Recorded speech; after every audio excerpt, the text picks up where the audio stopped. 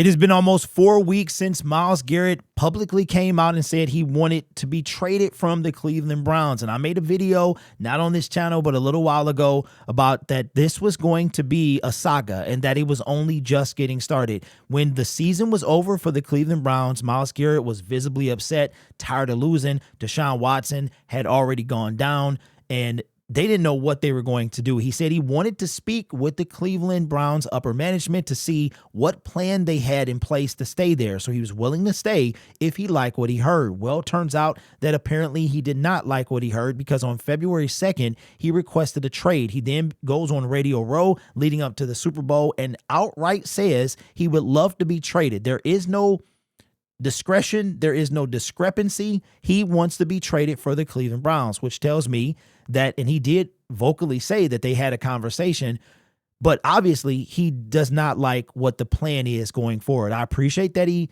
made that an option, but now he wants to go, and he's publicly put the ball in the Cleveland Browns court, so to speak, to facilitate a trade request, which they did for Zadarius Smith, sending him to the Detroit Lions at the trade deadline.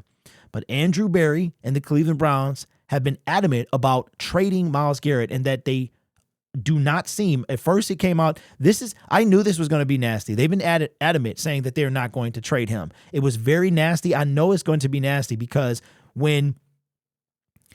before Myles Garrett came out for Radio Row and said he wanted to be traded, Andrew Berry said there's no amount of trade cap. We're not trading Myles Garrett for any reason. None at all. Then, even with that being said, Myles Garrett still makes a public trade request. Then he goes on Radio Row. We know the history. After that, Andrew Berry has come out time and time again saying that they have no intention to trade Myles Garrett. Now, that could be a thing where they're trying to up the price to maybe 3 ones. Maybe they're not liking what they're hearing, which is, we want 3 ones for this guy. And I personally, Myles Garrett is my top choice to come to the Detroit Lions, but I'm not giving up 3 first for a 30-year-old. I'll give you 2, but I'm not giving you 3. So maybe that's what's going on here. But this thing is going to be nasty. It's going to indeed be a saga, and I'm curious to know how this will turn out. But here's Andrew Berry at the Combine, and this is coming from Nolan Bianchi's Twitter account. You're not going to be able to hear the question, but we're just going to piece together what was being said. But basically, here's what Andrew Berry had to say regarding Myles Garrett being traded. Yeah, Tony, I think if you by that you mean the trade requests, I think trade requests, they happen across the league all the time. And I think, at times for individual players that they'll have certain interests during different parts of their career, whether they're a young player, a veteran player, things like that. It's not unusual. It's not the first for us. It won't be probably won't be the last. It's not the first across the league. But we respect and appreciate Myles, and like I said, we're not interested in it. All right, so you heard what he said. He basically, this was a spit in Myles Garrett's face. He said, we respect and appreciate Myles, but we're not interested in trading him. If I'm Myles Garrett, now we crossing over into manhood. I know you signed a contract. I know you are obligated to be on this team. You signed the deal, but times were different back then. When he signed the deal, I believe Baker Mayfield was still the quarterback of the Cleveland Browns. You didn't have Deshaun Watson. You weren't in the situation that you're in now. And now we respect Myles. He tried to downplay the state of the Cleveland Browns and minimized, to me, he does not value the trade request, the state of the Cleveland Browns. We get people ask at different times in their career, for one reason or another, they ask for a trade request. We respect, he used the words, we respect and appreciate Myles, but we're not interested in trading you. How can you respect and appreciate me if I am a player that you want to build your franchise around? Don't forget, it's because you sucked as to why I was the #1 pick in the first place. I could have pulled an Eli Manning and not want to come here. I could have done that. I didn't. You haven't done much since. You ship away Baker Mayfield. You bring in Deshaun Watson, which was a catastrophic failure. I tell you what I want. If you want to satisfy me and you don't do that, then wouldn't you do right by me? If you really value me like that, wouldn't you do right by me? Obviously, the plan that you have in place is not doing right by me. I gave you a chance to tell me how you were going to fix this and make the Cleveland Browns Super Bowl champions. I didn't like what I heard, and you're now holding me hostage because that's what's happening. The power, but Myles Garrett is very aware that all the power is in the Cleveland Browns' hands. But I am very curious to know how this is going to turn out.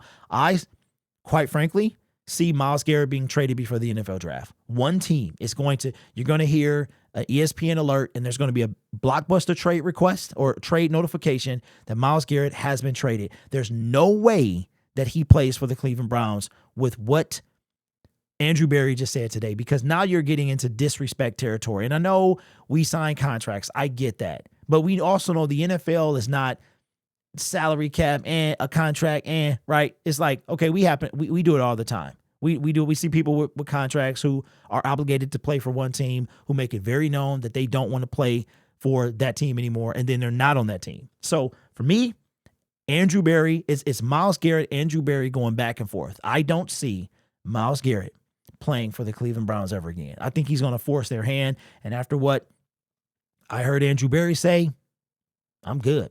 I'm good.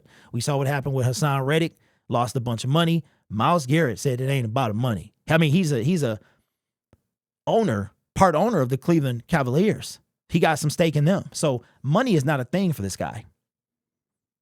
And if you're doing it right, your NFL salary is like chump change compared to other stuff that you're getting. So let me know what you think. I don't think this is going to end well for the Cleveland Browns. If I'm Myles Garrett and the disrespect continues, meaning, because it's not about I signed the contract. I know I'm obligated to play for the Cleveland Browns until you trade me. But the fact that you claim that you respect me, I've given you every opportunity to fix this team.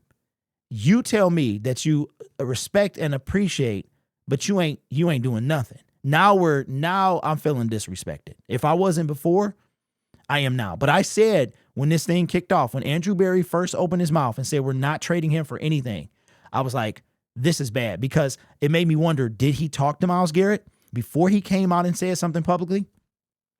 Myles Garrett just said, hey, I want to know where this team is going. He didn't request a trade immediately. But before the trade request happened, Andrew Berry said, we're not trading you. So now it's like, wait a minute, did you talk to me? Did we have a conversation? Do you value me like you say you do?